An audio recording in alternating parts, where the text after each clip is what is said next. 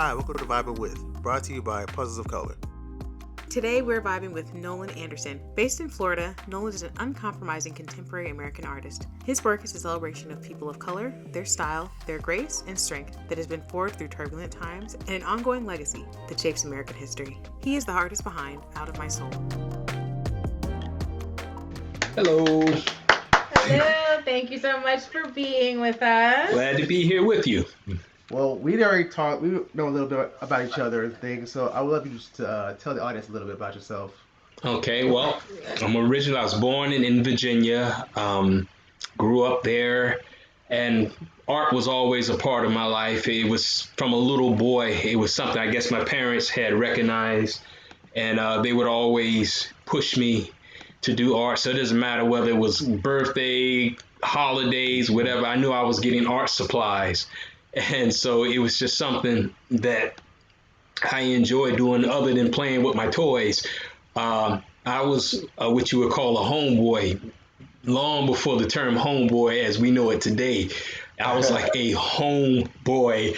I had friends in school and in the neighborhood, but I didn't play with them as much. I stayed in the house, and I would have these drawing books, and my brother and we would always draw. And we would draw one another's families, and we'd be like, "No, this is your mama right here. No, that's not. This is how your mama look." So, and I still have the books. I have 2 books left. So drawing was always a big part of something between me and my brothers. And started off doing the comic books like most kids, Incredible Hulk, X-Men, that type of thing. Entering contests at the boys' club when I grew up. Eventually, I stopped using comic books and sort of was kind of like creating my own little characters and my own superheroes. Like I said, I still have the books and I have all these superheroes that I made up. And so, that went from elementary through high school, and I was always what they would call the school artist. They would always have me drawing stuff, decorating room doors and all that. Eventually, after I graduated high school, I went to art school down in Fort Lauderdale, Florida. 2 years there, finished off school there. It was a 2-year program where I took up advertising. At the time, they didn't offer anything in fine art. I wish that they did, but they didn't.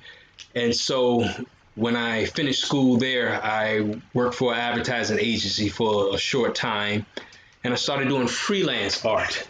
Did a lot of freelance art. During that time, I worked for Channel 10. They hired me as a court artist, where you go inside the federal courthouse and do court sketches, and that was pretty cool. I liked that. I did it for about maybe 6 years, about 5 or 6 years, and basically I would show up at the courthouse, and sometimes the reporter would meet me there, and we sit in the courtroom, and he would point out, or he or she would point out the main people. They said, "Give me a picture of this person or that person," and I'll do the drawings. And a lot of times, if it was big news, the news trucks would be on the outside of the courthouse. So once I get outside the courthouse, they set up, and he'd do his story, and we'll have the pictures right there, and the cameraman would be there. And oftentimes, I could sell to stations that were not in competition with Channel 10. Like I couldn't sell to Channel 6 or CNN, but I can do like the press. I can do that AP, and they would actually purchase the art on spot and take a picture of it. So that was pretty cool. During that time, I also worked at Univision, which is Latin television down in Miami. One of the major headquarters is there. I worked in the art department there for a time. And all this was going on as a freelance illustrator. I spent some time doing Judaic art, designing home blessings, bar mitzvahs, mezuzahs, that type of thing. Did that for a number of years. The work, that style of work or art, I replaced an artist who was out of Israel, and the company had a particular style that they wanted to sort of keep it seamless. And so they asked, could I do that? And I was like, yeah, I can, which I always said that even if I couldn't. Yeah. And I started doing the work. Did not like that style of art at that time. It was really, they used a lot of gold and a lot of silver when they printed, really shiny stuff. But it grew on me, and I took a liking to it. And it served me later on when I began to start doing my own work. I started incorporating gold leaf. Even if you can see the thing behind me, there's some gold leafing in there. You may can't pick it up, but there's gold leafing and gold powders and metals that I use in my art today. But that all stemmed from doing the Judaic art. And I think my experience doing freelance work and working for so many different people, everybody wanting something a little different. And of course, I'm always saying, I can do it, I can do it. I was able to learn a little from, doing all these different jobs. And I try to implement that in my work that I do today. So fast forwarding for about 10 years prior to moving to Tampa, where I live now, because this time I was in South Florida, I was working in the yacht industry, doing restoration work. Did it for about 10 years. Where we would go inside yachts and sailboats, and we would restore damaged wood or furniture. And it was a group of artists, maybe at the most 7 to 8 at a time. And I mean, this was like a kid glove type of a thing, shoes off. I mean, spotless, because these were really nice boats. And we would go on these ships. And, if the floor was damaged or the walls or the furniture was chipped, we basically fill it in, repair it, and faux paint the grain, make it disappear, make it look like it never was there. And so I did that for a number of years, for 10 years. And eventually my family and I, we moved from South Florida to the Tampa area. And at that point, I began to start focusing on doing fine art, doing my own work. And from that point, been doing a lot of painting for myself, but taking all the experience from all those past years and applying it into what I do now. I linked up with a group of artists, and at the time I was the youngest one in the group. But I have there's one particular person who heads up the group, who I sort of I trust their opinion when I show work to them, and they have an eye for work, and she saw that I was working in acrylics. Her name is, we call her Maureen Mo. She saw that I was working in acrylics. She said, Nolan, I think you really should switch over to oils. I think you'll do a good job at some oils. And so I went out and got some oils and started working with oils, and I haven't looked back since. It's oil painting I enjoy acrylics too. As a matter of fact, I do mixed medium. I use oils, acrylics, watercolors. But oils is like my favorite now. So, like from the court art until all the way to like doing yachts and art restoration, I would say. mm-hmm. Like, how do you think it all affected your art style that you do now? I know you say you incorporate most of it anyway, or into your art.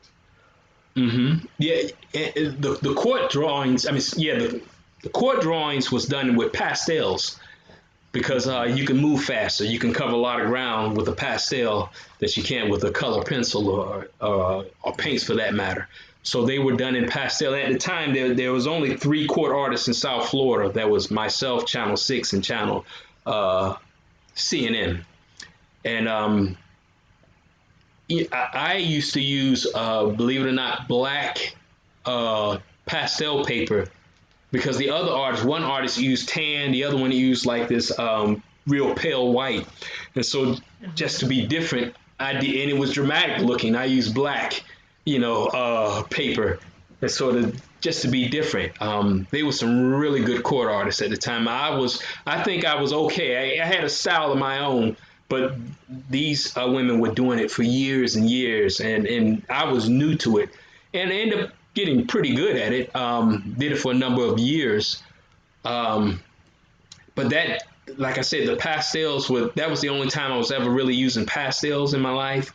Watercolors, when I started painting, I started with watercolors. And funny thing is, it wasn't until I went to art school. I had a friend of mine. He's a friend till this day. He was a classmate of mine, and he saw that I worked with pencils. Before, I only did one painting in my life before I went to art school in South Florida. Everything else I did was usually markers or pencil, but I was really good with penciling. I got, make something look like a black and white photograph. And my friend said to me one day, he said, Nolan, if you're going to do this for a living, you really need to start painting in color. If you're going to do freelance work, you need to, diversify a little bit. And I remember him making that statement, and that stuck in my head. To this day, I bring it up to him. He don't remember it, but I remember the statement. Yeah. And it was from there I began to experiment with colors. I was a little intimidated by using paint. I mean, forget watercolor. A lot of people, they say, well, it's not watercolor. Oils is intimidating. But I mean, I was intimidated by color, period. So it was a learning curve just to work in color. I could pencil really well, but coloring was something that was new for me. And when I first started doing colors, I started with watercolor. And then from watercolors, I went to acrylics, from acrylics to oils. And I like all the mediums. Oils is like my favorite, of course, because I can water it down or I can make it as thick as I want it to be. So that's just that progression with the different paints is something. And till this day, I still have my color pencils. I have my color pencils now, same set of color pencils for the last maybe 24 years, 25 years. Wow. I still have them. So in this piece right here, I started sculpting. This piece I started on about 22 years ago. 22 years ago, and I still have a little more to do on it, and I will pull it out every now and then. It's real heavy piece. The history behind it is I was doing Nimrod. If you know anything biblically speaking, Book of Genesis, Nimrod was the king of Babel and whatever. And he was a mighty hunter before the Lord, and they built the tower. And God came down and, confused them, and they came down speaking different language. But Nimrod was like the first king in the Bible. And so this is what this was right here. And it was a piece, I like to sculpt. I don't sculpt as much as I used to, but sculpting is something that I enjoy doing. And this was a piece, one of my first big sculptings. I have another one as well, but. That's amazing. I'm impressed because there's so many different styles. Even sculpting, that's totally different as far as painting, of course. Mm-hmm. What made you really start to try that? I guess just trying to be an all-around artist. That's what it feels like. I used to play with clay when I was growing up as well. My mother's home, behind her house, they were building an interstate, and it took about maybe 7 years. They were building the overpath that was right behind my backyard. And it was like a mountain as high as the house that I lived in.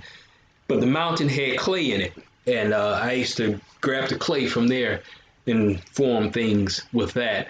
But as an adult, I enjoy doing clay. And I just don't do it as much as I would like. I think anytime I'm sitting down to do art, my first thought is let me focus on my painting. As a hobby, I still do clay things from time to time, but I haven't done it in a while. And this right here was just something I had the idea. As a matter of fact, I'm going to tell you where the idea came from. What was the old television show Stargate? I think it was Stargate, where they would go through this portal. Mm-hmm. At the beginning of the show, they would show this one particular face, and you could tell it was an African face or whatever, because part of the logo of the show was Egyptian or whatever. And even the characters in it, you could tell they took a lot of the costume and the look from Egypt, some parts of Africa. But they had a particular face, and the face also always stood up. It stood out in my mind, and that sort of gave me the idea of creating this big black face here. So that's what that came from. I like that. I mean, it's not like you have so many skills and you're in so many different mediums, or you have at least skill in that in the different mediums. Like how much art would you say you do a year? Like how many pieces would you say you do in a year? Maybe 20, 25, depends on the size. You know, if it's a big piece, you know, some big pieces take a little bit more time, but I do a lot of small things, and I do a lot of pieces that, I mean, to me, they're unfinished. To someone else, they may like, oh yeah, you know, abstract or whatever. Yeah. What I do is, a lot of times for my paintings, I create these backgrounds, these sort of like, and I don't have any in here, where I am. Oh yeah, I do. I'll show you. For example, but this is old background. Or can you pick this up? And this is just on a piece of paper, or canvas paper. But I would create these little backgrounds, abstract backgrounds, and I just let them sit. I have backgrounds from years ago, and I'm like waiting when some inspiration hits me. Then I say, I know what I'm gonna do with that background. I know what I'm gonna put on it. So, you know, I do these canvas backgrounds and I just stick them away. And sometimes I use them right away. And sometimes I'll put them away for another time. And I like texture. I like doing a lot of work with plaster. I would take on my canvas, sometimes I would take some plaster or some molding paste and I'll lay it down just to give it some tooth. So when my paintbrush goes across it, it'll pick up that texture on it. So I'm a big fan of doing texture with the pieces. But like I say, you know, it varies from how many I do a year. Well, we talk about texture. I know, like, one of the things that in Out of My Soul, you have, like, the kind of, like, the pink texture and the blue. You have, like, a nice little variety there. Can you talk about, like, the inspiration behind that piece? Out of My Soul was the second piece, what was going on at the time. And that was done almost 2 years ago, about 2 years ago. I have the artist, the type of art that inspires me varies. There are some famous artists who are long gone, who are like some of my favorites. I do like Pollock, who was more of an abstract type of artist. There's an artist by the name of Alma Tadema. I'm sort of hacking his name up. It's Sir Alma Tadema. One of my all-time favorites, and the guy, his detail was out of this world. He could paint marble and you think he was looking at a photograph. And he would do these Roman columns and Egyptian style type work, but he's a big influence. And then there's Whistler, who would use these broad strokes, you know, when he would water down his paintings. He would dilute these were oil paints, but he would dilute it so it was more turpentine than it was paint or whatever he was using. But he would take these broad strokes, and just with a couple of strokes, you knew exactly what it was. Without all the little fussy detail, he was able to accomplish what he was going after with just a few strokes. And I don't know if I think, if I'm not mistaken, his belief was, you know, if you can accomplish it with as few strokes as possible. You know, if I can make something look like a gold necklace with just a couple of strokes, and it looks like a gold necklace, that's more than a whole bunch of little tiny ones. But I say all that to say that Out of My Soul was like the second painting. There's one called Henpeck that I have, where I was trying to, I'm working on my style, like kind of like coming to my own, creating my style.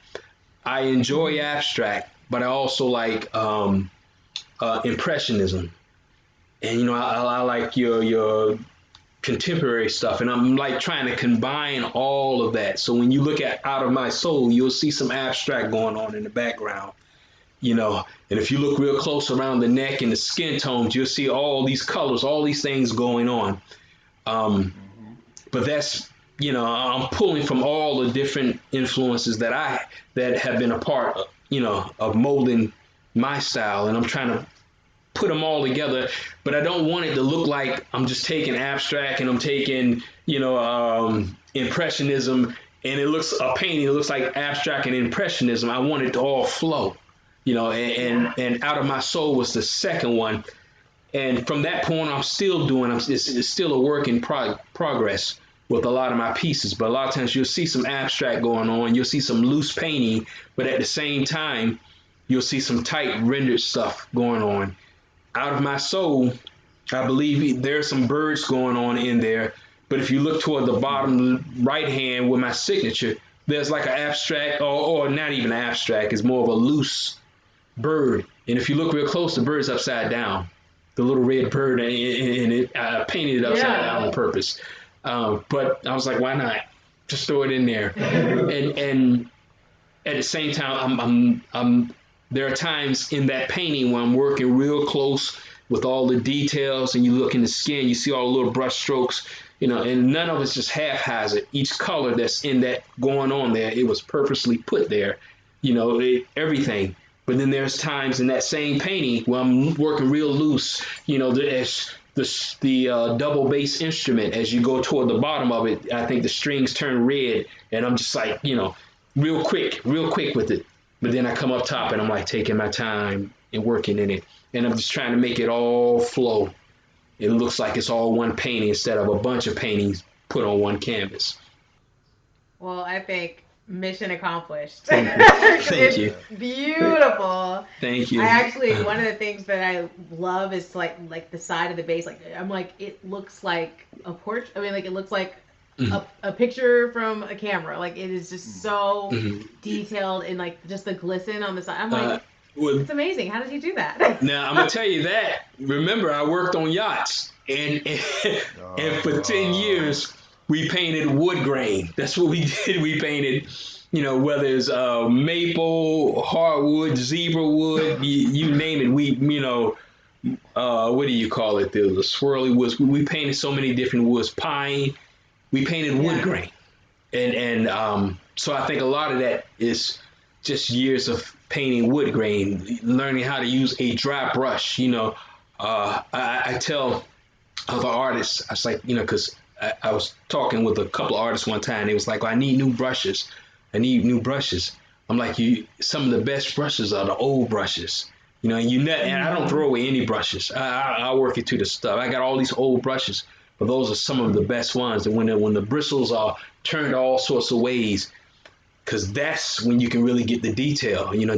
Those are the brushes you use for hair, for wood grain, for those little fine, and you just put just the slightest bit of paint on it, and you just let it glaze, glide across the canvas. That's where you pick up the little details from that. Another one of my favorite artists, which shows up inside of Out of My Soul, is an artist by the name of Clem. One of his most famous paintings was The Kiss, and he's a Venetian, I think this time Venetian artist. But Clem worked with gold leaf as well. But he would also do a lot of pixel dots. And in my work, not all the time, because the style kind of switches a little, but in Out of My Soul, you'll see it. There's a lot of dots going on, a lot of little, but that comes from Clem. And I do have a Clem story. Now, this is a famous artist, world famous artist. I mean, he's up there with the Picassos and all those guys. When I was working in the yacht industry, I was working on this particular boat, and it was like a 5-story boat. I'm talking with a Russian sauna at the top of on the outside of the yacht, spiral staircase wrapping around a elevator, glass elevator. The carpet, when you walked inside, it looked like beach sand with the ripples in it. That type of silk walls, marble everywhere. Wow. The boat, the captain gave me a tour. He told me about the boat. The boat was a $50 million yacht. The artwork on the boat was way more than the boat itself. It was a private collection with no cameras allowed on it. But in this boat, he had a gallery that I had to wear. I spent 2 weeks on this boat. He had a gallery on this boat, private gallery. Inside of it, you had original Picassos, Marc Chagall's. In the center of the boat, what they call the salon, which is like the living room of the boat. The whole time I was there, they had this package. It was boxed up. It was paper wrapped in saran wrap, being held up by some wooden thing thing to hold it up. It was like upright. It was a painting, huge painting, almost about the size of this right here. And the whole time I'm looking at it, but I didn't bother with it, and I'm looking, I'm like, I wonder what's in the inside. The second week I was there, I decided I'm going to take a peek while no one's around. I'm like peeking, pulling back because I wanted to see the painting on the inside. And I'm like, this looks so familiar. It looks so familiar. I go home and I pull out my clip book because I have books on artists. And I'm flipping through the pages and there's the painting in the book and the original is sitting on the yacht. Wow. Amazing. The original. And I'm like, he said no cameras. With my cell phone, I have pictures with Picasso's, but I'm like, selfies just like this was a Picasso. I mean, it was nothing to walk on that boat and see a Chagall. Just you turn in a corner, going to the bathroom. And it's just the original is just sitting there. Private collection on the whole yacht. It was owned by some lord in England. And I thought the owner must have been from India or something because the tapestry, the colors, the curtains, it was those rich colors, gold, magenta, really beautiful boat. But it was owned by some lord out of England. And so that's my story. That was like my favorite yacht out of all the boats I worked on. And that Klimt painting blew me away. And so he is one of the artists. When you look at the background of Out of My Soul, you'll see all those colors, those little dots. That's Klimt all the way. So you mentioned a lot about like the detail. You have a lot of meaning in your pieces. Is that how I feel like art pieces have meaning? Is that like where does that come from? Is that how you just like to create your work? Yeah. If you notice a lot of my work, I have birds or I have butterflies or some element of nature going on in it, and those are symbolic for me. Out of My Soul, I believe. I a lot of times we look at paintings, and I've said this before when I speak with other people. We'll look at a painting and we'll say, oh, it resonates with us. We'll be like, oh, I can feel that. I can, I honestly believe that everyone is connected by the heart. This is not the heart. This is the heart. The heart right here, the mind. I think we're all connected, good or bad. And oftentimes, you'll hear people say, well, if someone's a bad person, you'll say, well, that's a godless person. They godless. But I think everyone is born with a voice inside of them, that inner man. And it's even with bad people, it's not that they're godless. They're just not listening. There's a voice that will lead and guide you always into doing what's right. It will never lead you to evil, but it will lead and guide you to do what's good and what's right. Oftentimes, when people go astray in life, it's because it's not they don't have that. They're not listening to it. There's that inner man that's telling you, you shouldn't do that. You shouldn't do that. But they ignore it. And I think in life, the more you listen to it, the stronger it is. You can recognize it, you can hear it. When you don't listen to it, it's real faint. It's there, but it's faint, because you're not used to hearing it. I believe when people see artwork, because there is a connection with man. I mean, we're connected through nature, the birds, the ants, everything is connected. Our DNA is made of the same thing that, this laptop and this chair. It's all, that's science. We're made of the same stuff. We're connected in a way. When people see artwork, I think it resonates because a lot of times when you're painting something, not just painting for money or something, but when it's coming from the heart, the mind, when it's coming from your soul, it resonates with people. But it is only going out from you and is only returning to where it came from. It's because all minds are connected. It's leaving the mind, going back to the mind. And so when people see it, it resonates with them because it came from the same place. You follow what I'm saying? And so Out of My Soul, those birds symbolize something coming out from the woman. In this case, she was singing from her heart. She was playing from her heart. That's why it's called Out of My Soul, meaning out of my mind. And, it's coming out of her to the viewer. They seeing it and it resonates with them, but it's going to them. So that's what the birds are. Sometimes I use birds, butterflies as thought, the power of thought. You can think good thoughts, you can think bad thoughts, and thoughts are, there's energy. There's positive energy and negative energy. I believe to some degree you can control your destiny. You can control where you're going if you can control your thoughts. If you can harness your thoughts. And there's a famous quote that says, keep your hands firmly on the helm of thought. I have a painting that's called The Helm of Thought. And again, there's birds coming out from the young lady that I painted. She's creating, and one of the birds is half formed because it's in the middle. It's right in the middle of being created. She's bringing forth her thoughts. In life, we can bring forth our thoughts if we just keep our hands firmly on the helm of thought. We can make things happen with that. And that's that God-given gift that's in all men that I believe in. So that's the meaning behind a lot of my work, where you'll see like the birds or some sort of element of nature, that intangible thing that we don't see, but it's real, it's there. That's what that is. Yeah. Mm-hmm. Yeah, definitely.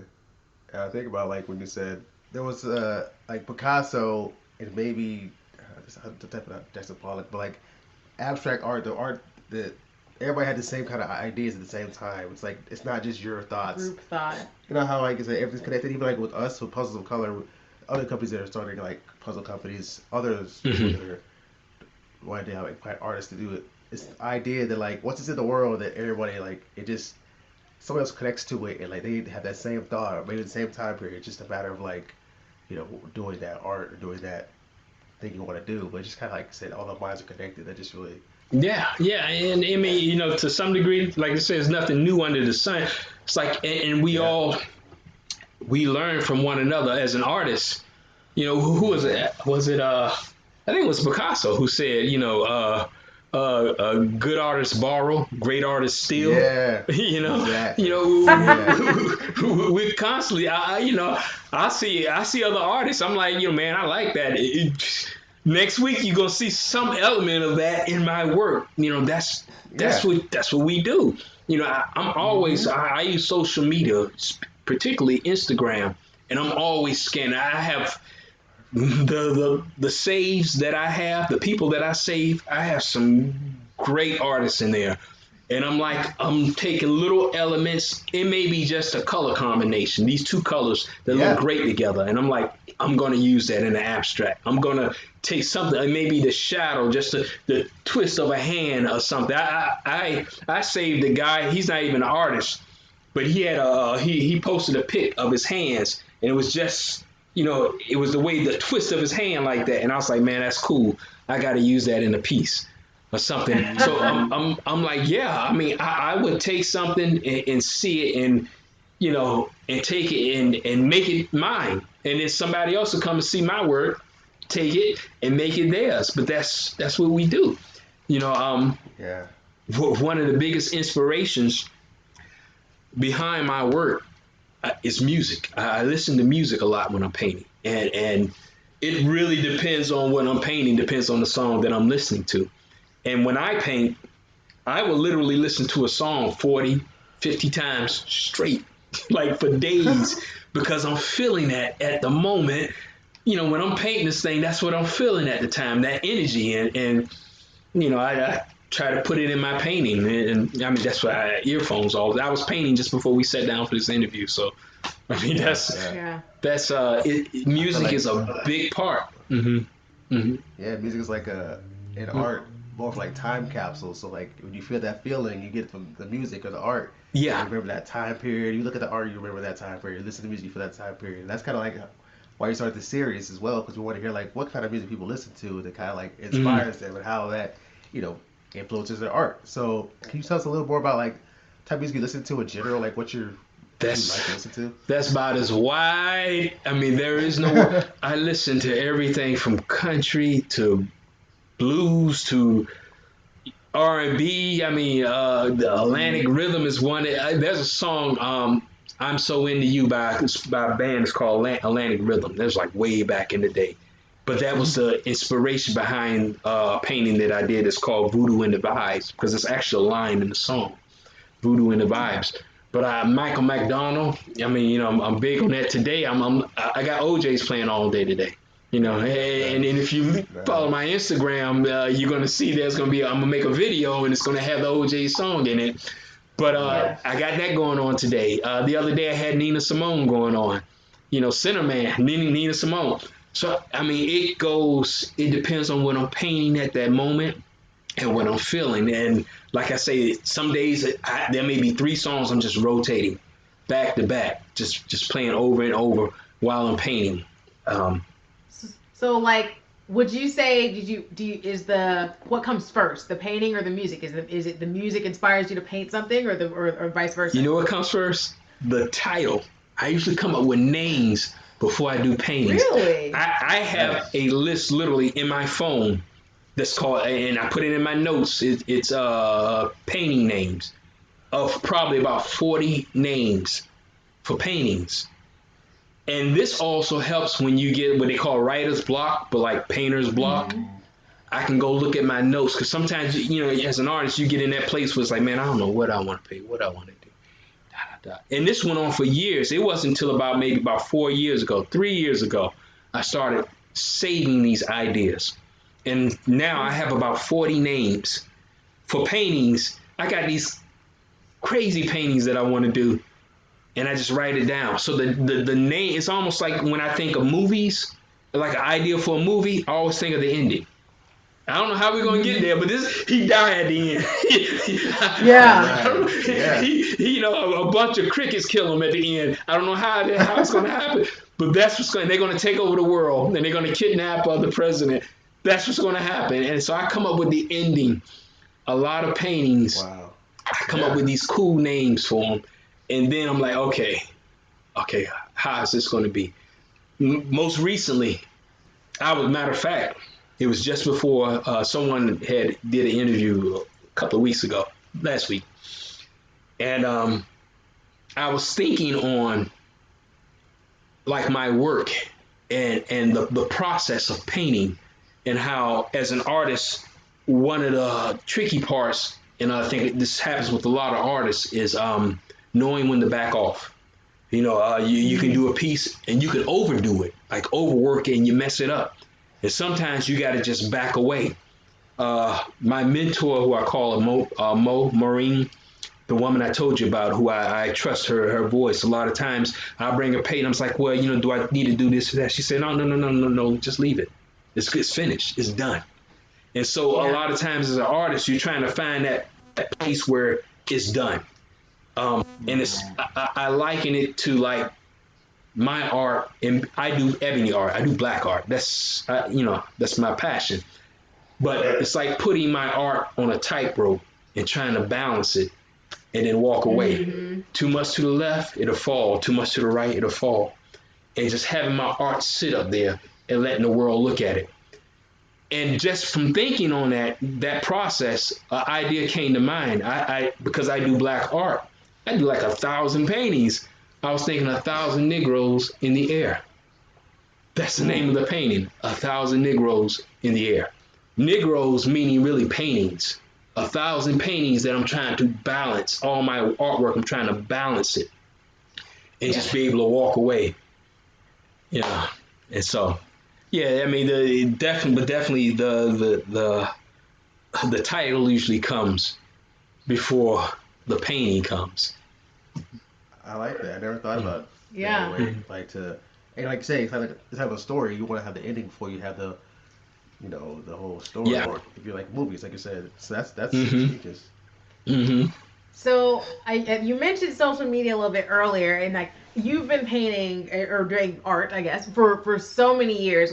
How would you say that your art has been received? How has social media impacted the way your art is received from 15 years ago to now? Like, what's the difference? Believe it or not, I didn't start doing black art, ebony art, maybe about 5 years ago, maybe. Before then, most of my work, it was just work for hire. People would hire me. I really had the energy to even do any work on my own. I was always doing somebody else's stuff. But when I was doing work on my own, I was painting all sorts of maybe scenery backgrounds. I can't even remember. But ebony art, black art, I didn't know, and maybe it was just my ignorance. I didn't know how receive.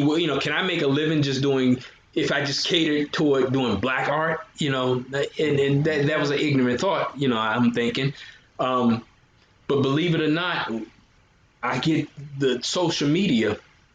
I get so much response from people who are not black, who are not of color. They love black art. And I would say half, maybe a little bit more than half of the people who purchase my work are not black. Black people love my art, but I'm talking about those who actually shelling out dollars for it are usually not. They're not black. So I mean, the response is great. I mean, I'm like, and if you go to my Instagram, you can see it's just I do black people, I do black art. But if you look at the comments, people love it. And it's something that for me as an artist, I'm never really that satisfied. There's very few pieces that I look at and I'm like completely satisfied with it. I mean, very few pieces that I look at. There's always something. I feel like I'm leaving something on the table. And that's that part of me that says, like, just walk away, let it go. And if it doesn't sell or if it's not hanging somewhere, sometimes I go back and I'll go back and touch up with stuff. Somebody said that's cheating. Like, once you sign your name, it's supposed to be finished. There are no rules. Yeah. I sign my name. I go back and work on it 2 or 3 different times. But I'm never. Well, I'm not gonna say I'm never. Very rare am I satisfied. Like I'm totally satisfied. Like I'm complete. I really love this piece. That doesn't happen that often. I always feel like I can do more. I can be better at it. But to people, they don't know. It's like a musician or any other artist. A lot of times people, they like it. They like I was always taught just act like you meant to do that. Like I meant for it to look like, even if it was a mistake. I meant for that to be. The reception is good, even though to myself I always feel like I can do better. I can do more. So even for me as like an artist, I do graphic design. So even all the designing things like that, it's always the same feeling. Like I still need to do more. I still like, is it done yet? Or, tweaking things, just minor changes. Because you're just always thinking like it could be better. So it's sort of the hunger to keep you motivated, honestly. So yes, that is true. That is true. There's always some room for growth. And even now, during these times, I'm in that middle place where I'm still trying to find developing my style. It's still changing, and it changes a little bit. And sometimes you'll see things I post. Sometimes you'll see stuff that looks more quick, fast, and then right now I'm working on a piece that's with a little bit more detail into it. But that's all a process for me. I think as an artist, for me, if I try to go real slow and do everything, it shows up in the work. Like it's like, like I'm straining. Like I'm straining. Some of the best pieces or some of the best parts of a painting is when I'm moving fast. Yeah. Now, I can go and put little detail, like the little dots and little specks and all that in there.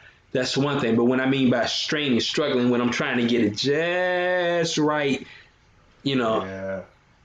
sometimes it messes up the painting. Just go with the fast strokes and sit back and let it be. And that's what I'm still learning. It's a process for me that I'm trying to control and get better at. Mm-hmm. Well, every day we were talking about your art, I was like thinking about, I just watched Hamilton because I have Disney Plus, and like there's a song on there called Satisfied, and it talks about how Hamilton was constantly writing and constantly tweaking things, and he would never be satisfied. And so it was like, I feel like everybody has, like, if there's something that they're really passionate about, then that's what happens. You end up, you want to perfect it, and then you end up, you can overwork things. Yes. But yes. It's a matter of learning. It's a learning curve to know, like, when do you just step away and let it be. Yep. And I think that applies for creative people, whether it's poetry, art, music. Right? I think you can find people who would agree with that in all the different mediums.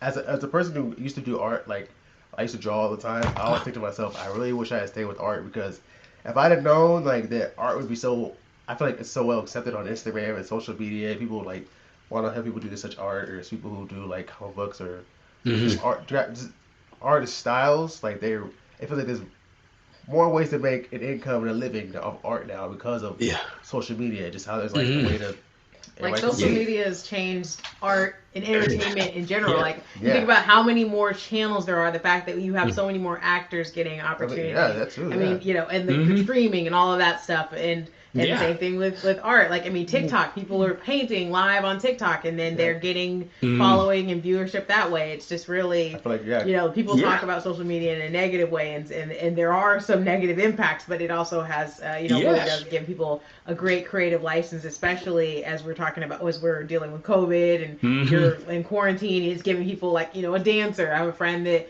is a dancer that is able to, she's not able to dance and like live shows, but she can do live streams on her social media. So yes, it's something.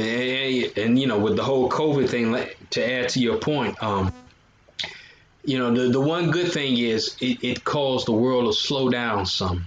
And for a lot of people, not everyone who's taking advantage of the time, but for a lot of people, they have a epiphany or whatever, and it's like, I think I'm gonna start on something, that dream that I've always wanted to follow, that I always put off because I haven't had time, because I ain't got no job, or whatever the case is. I'm gonna start this. A lot of people, they begin to follow their passion, and I think this, for all the bad that it's had, there are some good things with the whole COVID thing. For you can really begin to focus in on, what is like my purpose, in life. What's my destiny? What was in me that I never followed or pursued, and taking that time to do it. And with social media, it opens the door, for artists and for musicians, and you don't have to go through the gatekeepers of your industry anymore. For a lot of artists, the galleries held all the keys. They would now, and you could, and they pick and choose. There are a lot of talented artists out there, but they pick and choose who they want in, and some of it is who type of a thing. But artists can cut out and carve a good living for themselves through social media, and we don't have to go through the galleries anymore. I can go straight to the people, keep my percentage in my pocket, and create a living that way. Or I could go through the galleries. But it's not necessary. There are so many different avenues that artists, you can create a path for yourself to make a living these days. So, and same thing, I think, from my understanding, I don't know, but from my understanding, same thing with musicians. A lot of times people are finding ways around going through record labels or whatever to get their work out there, get it out to the people to see, and, taking some control of what you do. What kind of advice would you give to like any new upcoming artists who want to make a career out of like just doing art? Like, what I would say, and this is something that I'm still learning myself, but the business of art. I mean, I think one of the hiccups that a lot of artists, and you hear it all the time with artists, even those who've gone to school for art, they teach art, they teach you technique and all this, but they don't teach you how to make a living at art. It's like, okay, I'm a great painter, I can't make a dime though for it. So definitely, the earlier you start, the better. Like, the business of art, learning that, I would think the most important thing,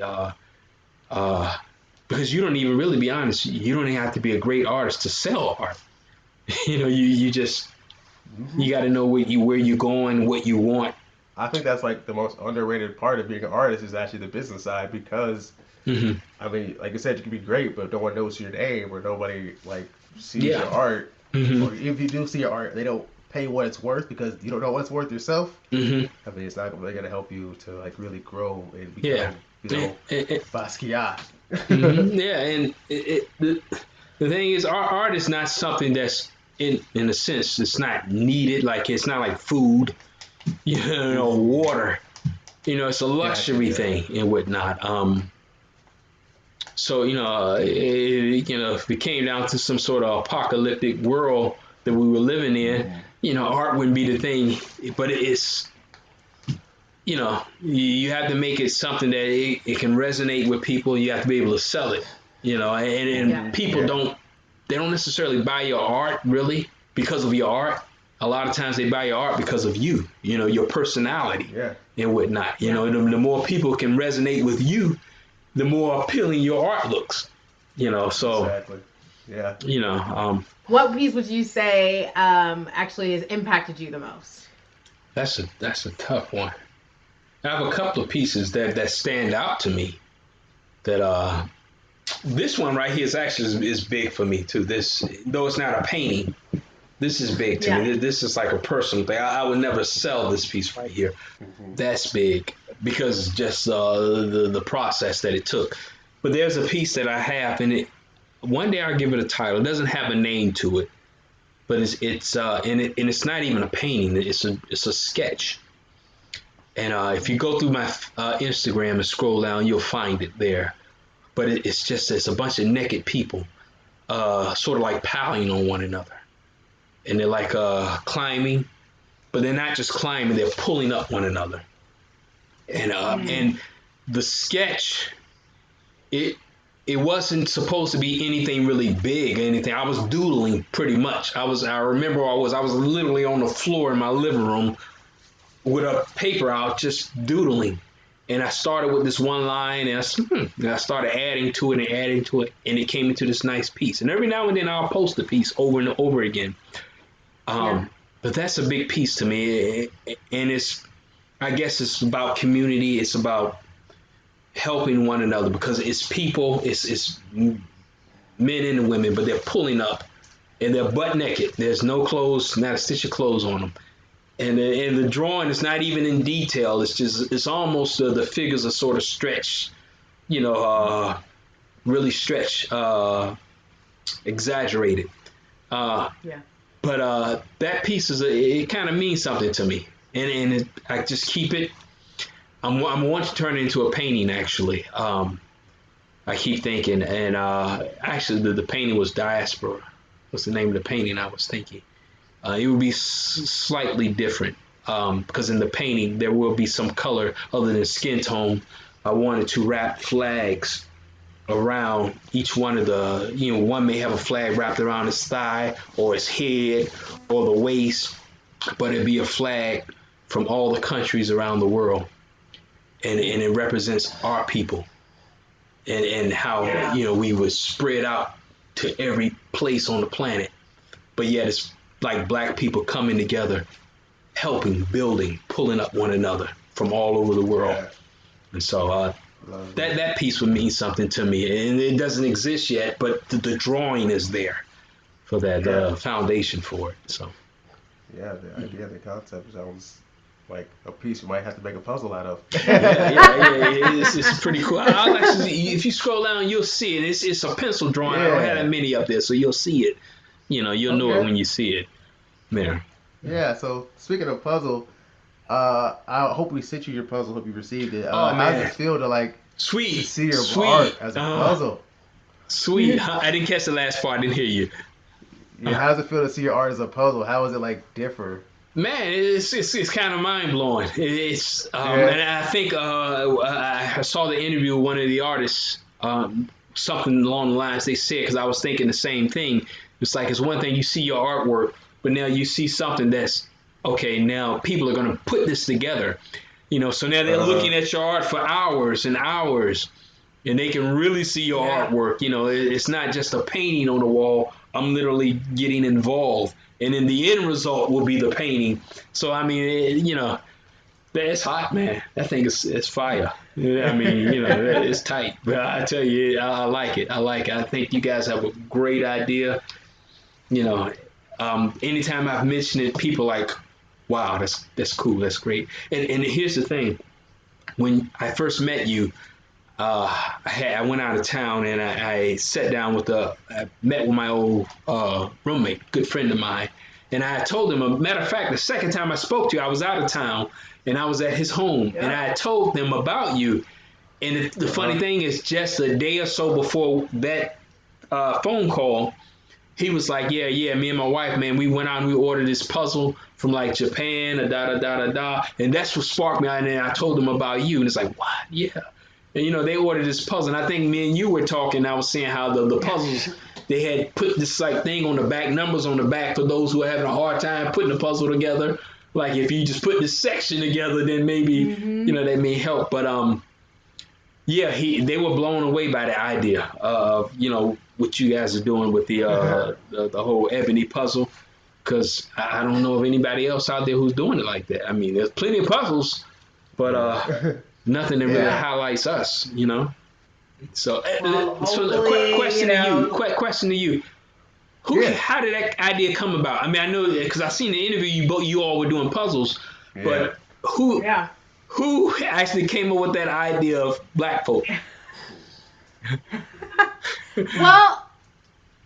I basically, the real idea was when I was pregnant, I wanted to do a puzzle of just so that I couldn't think of anything for my nursery. And I was like, I want to do a puzzle that I can model my whole nursery around. And that way, like during my whole 9 months of pregnancy or whatever, I can be putting this together. And then this is the final thing that goes in the nursery. And then when I went to the store, I couldn't find anything. And I was like, I searched online forever. Like, I was like, I just don't see anything that I want to, what I would want to do a whole room around, And so then I was like, well, hey, William has a friend named Kwanzaa. She's amazing. She actually did a custom piece for my mom that we absolutely love. And so I was like, tell Kwanzaa she needs to do some puzzles. And that was like it. Like I was like trying to hand the idea off to somebody else to do the work. Yeah. But, I think as you mentioned with COVID and like, having the extra time on your hands, then it's like, hey, like we talked about this a year ago. We got the time.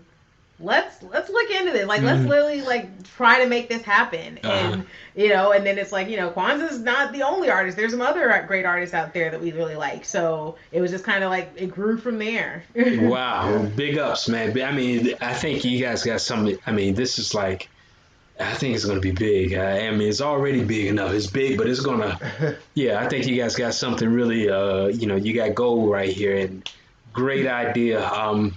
And, not realize, I think my wife was like, black folks love puzzles, man. I mean, people love puzzles. Black folks love puzzles. Yeah. My grandmother used to do these big puzzles, like, but she would do like country scenes, like a meadow, a brook or whatever. But she would do these huge puzzles, and that was a thing there. But it's amazing.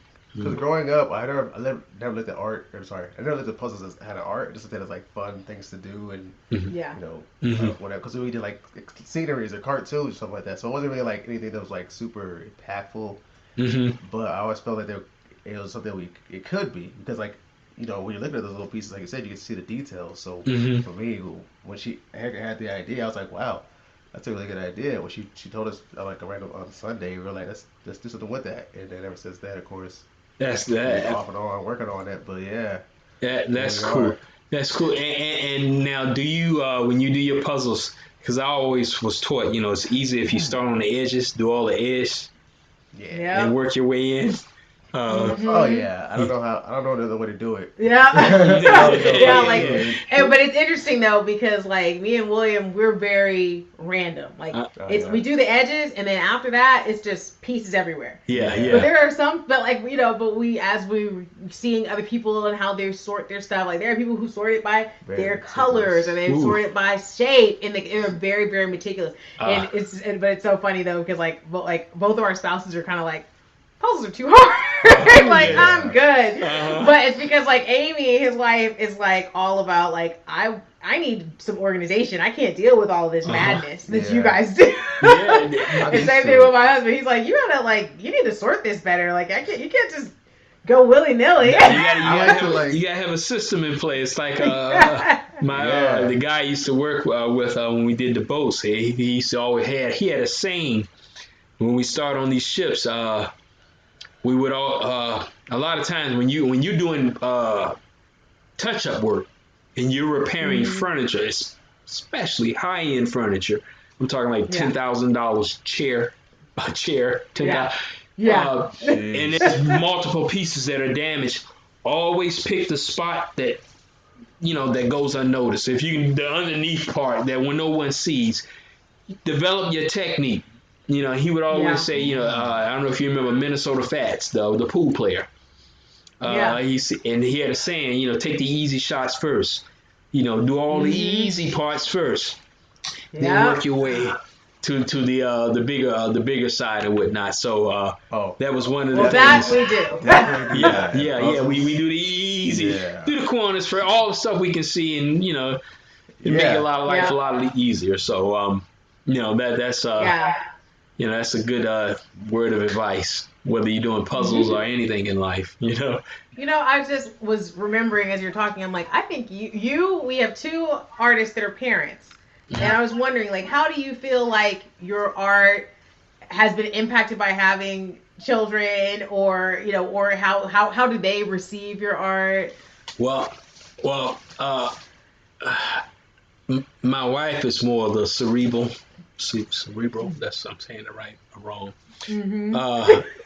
She's like the brain, like the what is it? The left side. Which one is which one's the creative side?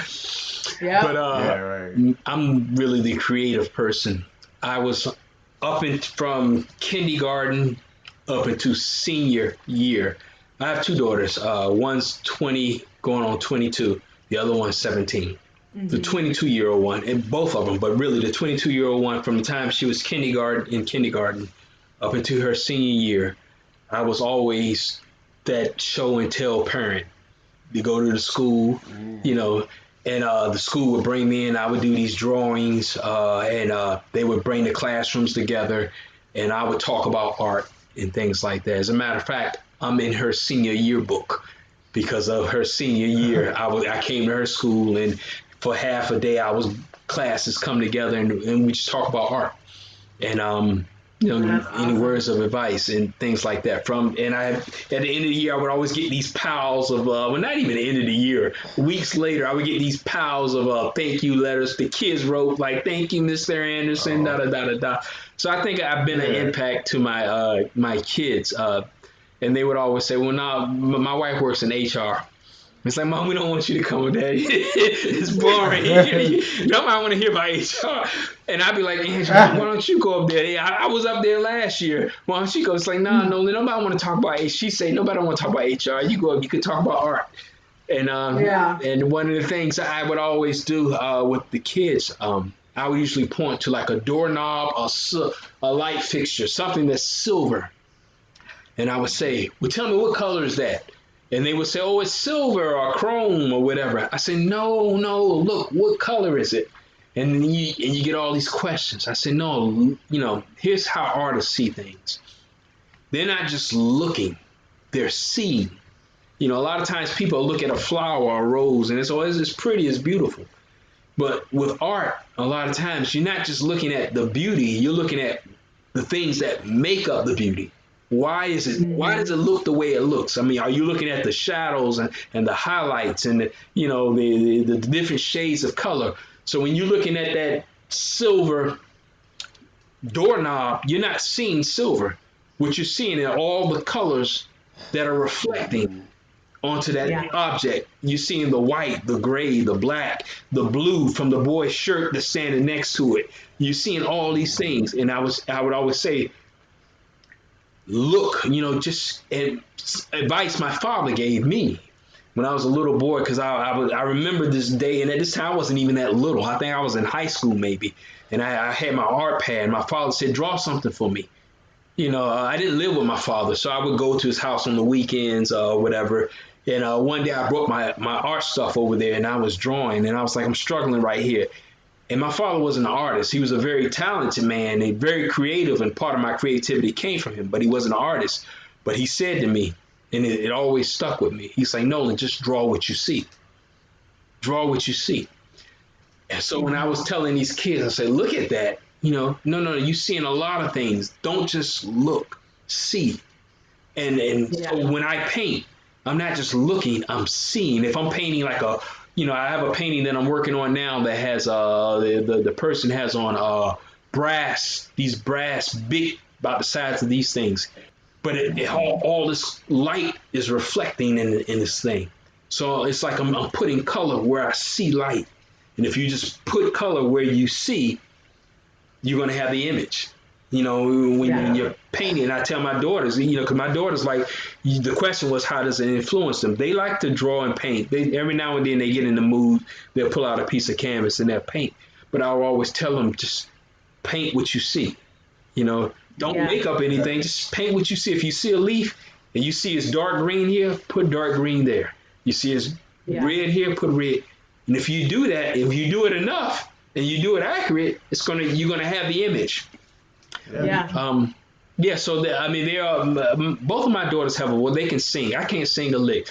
My wife, she can't sing a lick. I'm a little worse than she is. But they, they actually could sing, and it surprised both of us that they had voices. They don't really use it as much. So they're very artsy fartsy like that. They like creating and building things. So I think I have some play on that. And every now and then they will sit down and then they'll walk by. They used to see me paint because this is all I do. I paint. So, somebody else will come to the house and say, oh, that's a great piece. And they're looking like, yeah, okay. Because they see it all day long. They see it. But every now and then they'll stop and it's like, hey, Dad, that looks good. Or I'll ask their opinion. What do you think about this? Just today I was asking one of their opinions on something. So I think that has an influence. And I think that they think it's pretty cool that their dad paints, is an artist. So, I think it's a good thing. As you know, the show is called Vibin With, and as you touched on earlier today, vibing is, because we named it this because there's so much inspiration in music and art. And so when you think about when you were making Out of My Soul, what song or what music were you listening to? What would you associate with that piece? I was listening to a couple of songs during that time, and I really can't. I think one of the songs I was listening to, honestly, was, and I mentioned earlier, it was a group called they were called Atlantic Rhythm, and they have a song that's called "I'm So Into You." I think I don't want to sing it. I'm sing it, but I'm so into you, and which later on and I say that because the painting that I did right after that painting was called Voodoo in the Vibes, and I think it stemmed from that. And like I said, I would listen to a painting over and over again. I believe that was the song I was listening to around that time when I was doing Voodoo in the Vibes. Not Voodoo in the Vibes, but Out of My Soul. I think that was around that time I was listening to that. And, a lot of the stuff I listen to is older music, but I do listen to some up-to-date stuff as well, too. I think Snow Allegra had came out with her stuff during that time as well. And I was listening to, feeling that as well. Gregory Porter had some things and whatnot. So I was listening to. So all that was going on during that time when I was creating that part. So, that's what I think that came from. Every now and then, I'm working like late, like into the wee morning time. It would not, I think they say, was it 2 o'clocks are made for lovers, poets, and artists, or whatever. I don't take advantage of it that much, but every now and then I'll hang with them. Yeah. Yeah. No, I think music is great. That's definitely how I do all my designing, all my working, is just music playing in the background, or even, if not that, like some type of like podcast or visual thing. But it helps me to focus in. Like when my brain is too scattered, I'm like, okay, I have to do this. It helps you to just get all that stuff out of your brain and focus in. Let's just zone out. Yeah. Now I was just going to ask, and I'm asking questions for both of you before the puzzles. What is your passion? Did you have a passion for anything particular before? So mine's definitely design, art, but branding and creating brands, and I see logos all the time. I'm critiquing them in my head, or You know, Oh, yeah. being like, ooh, that logo ain't it. But, you know, Yeah. well, that logo could be better. Stuff like that. So I'm always like critiquing, like, I guess advertising. My mind was advertising, so that kind of like all relates to, you know, what I see and how I view certain things that I look at. I watch a lot of TV, and but what I'm really into is like hearing about the creative process of like I watch a lot of like the round tables they do, like the Hollywood Reporter does like round tables of like all of the people who are nominated for, you know, a Grammy, or not a Grammy, but like an Oscar or something like that. So I'm so fascinated with how people take something from the page and like make this amazing performance. And or like, you know, just like the cameramen, how they make decisions, you know, in making a TV show. So like I'm into that kind of stuff, which is interesting. I didn't go into that field, but I'm really I like to hear about how creative things are made and how, you know, and the thought process behind it. So that's kind of my passion is things like this, talking to you. I'm like that too. You know, I like, there's one thing if you see a finished product, but like, you know, what went into that, you know, that's the thing. You know, I like to cook, you know, also I do cook. I like to cook and whatnot. So I do like watching like people prepare things and stuff. I think that's, I mean, of course that's an art in itself. It's a science and an art to all that.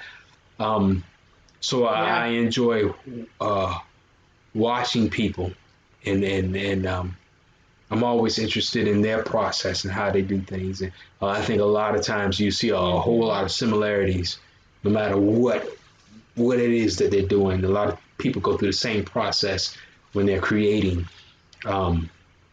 So yeah, absolutely. You know, that's yeah. Like I watch like 30 for 30, and I'm like not even a sports person, but I just like to hear the story, like the passion behind. Yeah. You know, exactly. Yeah. It's funny. I read somewhere when someone was talking about success. Like, what is success? The true definition of success is basically you're doing if you're doing what you enjoy doing in life. You know, whether you are a rock star or a housewife or a house husband or whatever. If you're able to do that and then that's a success. You know, a lot of times people think, you know, they try to use money or da. But it's, are you doing what your passion is? You know, then you found success in that, you know, no matter what it is. And yes, it's always neat to see successful people, no matter what walk of life there is, whether you're the Dalai Lama or whatever, you know, hearing their stories. And I do believe that everyone can teach something. You can learn something from anyone. You know, everyone has something to offer that you can learn from. You know, it's just being able to recognize those little nuggets and picking up this here. So yeah, I'm gonna pocket that. I'm gonna put that away. You know, and use that later on down the line and whatnot. Well, thank you so much for sharing all of your passions. I mean, look, this is what we're here for. We want to hear about your passions and you know, the man behind Out of My Soul. Thank you for having me. Thank you for having the time. Thanks for vibing with us. Thank you. Thank you for vibing with us. You guys, I'm telling, and I actually idea was all this, and I mean, whoever came up with it, I'm telling you guys are hitting all the right notes. I mean, even the thing you're doing with this show right here, you know, you're definitely being inspired. So keep doing it. Keep doing your thing and whatnot. And I'm looking for, you know, it to go higher and higher. You guys are you're doing great, and you're going to continue to do great with it. So I'm just glad to be a part of it. So thank you for joining us for an episode of Vibin With. Be sure to purchase a puzzle by this talented artist at puzzlesofcolor.com. You can also listen to a curated playlist of music to pair with their puzzle on Spotify and Apple Music. Just search for Puzzles of Color.